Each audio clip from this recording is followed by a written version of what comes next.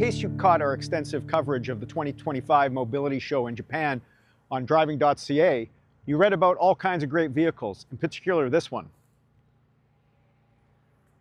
That's the Honda Super One concept.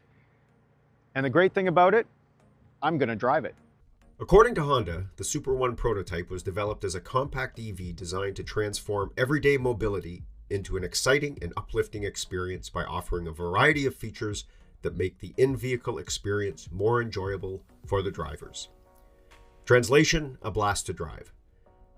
My hot laps on Honda's Tochigi R&D test track certainly proved Honda engineers met that mandate.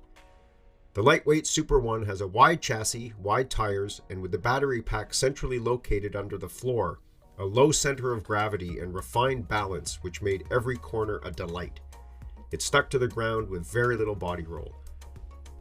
And despite having just 63 horsepower, it never felt like I wanted more under my right foot.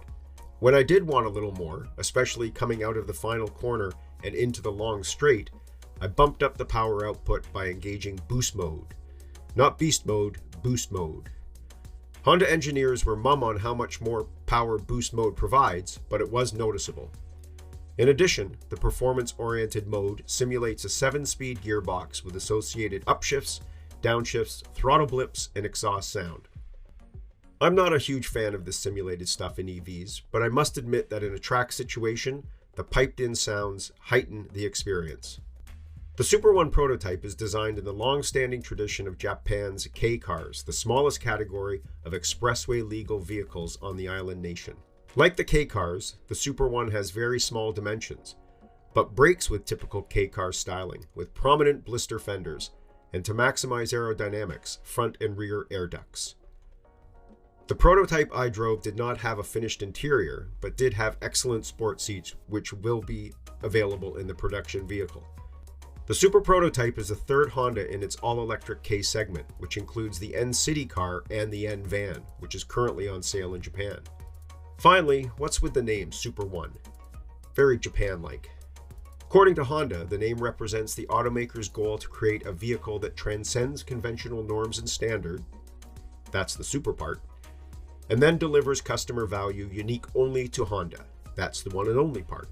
When it finally comes into production, it will go by either Super One or Super N, depending on the region. So I've always loved K cars, the cute little cars of Japan. I've always loved EVs, as anybody who's listened to my Plugged In podcast knows. So this Super One prototype is an amazing combination of the two. It's a blast to drive. It makes everybody smile that looks at it. The only downside, if you read my story on Driving.ca from the Japanese Mobility Show, it's not coming to Canada. This will only be sold in Japan, the UK, and in Europe. Canada, just the crash regulations are a little too stringent, so K cars can't pass muster. But if you're ever in any of those countries, especially this beautiful island of Japan, who knows, maybe you can rent one. For Driving.ca, I'm Andrew McCready.